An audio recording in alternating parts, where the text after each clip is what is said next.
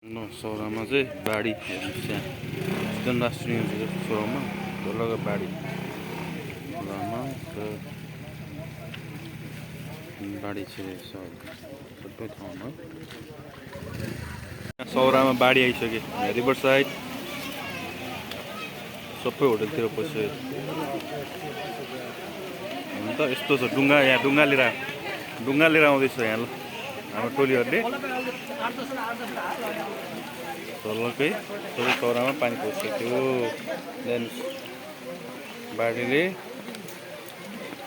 Chitwan river side रेस्टुरेन्टहरू सबै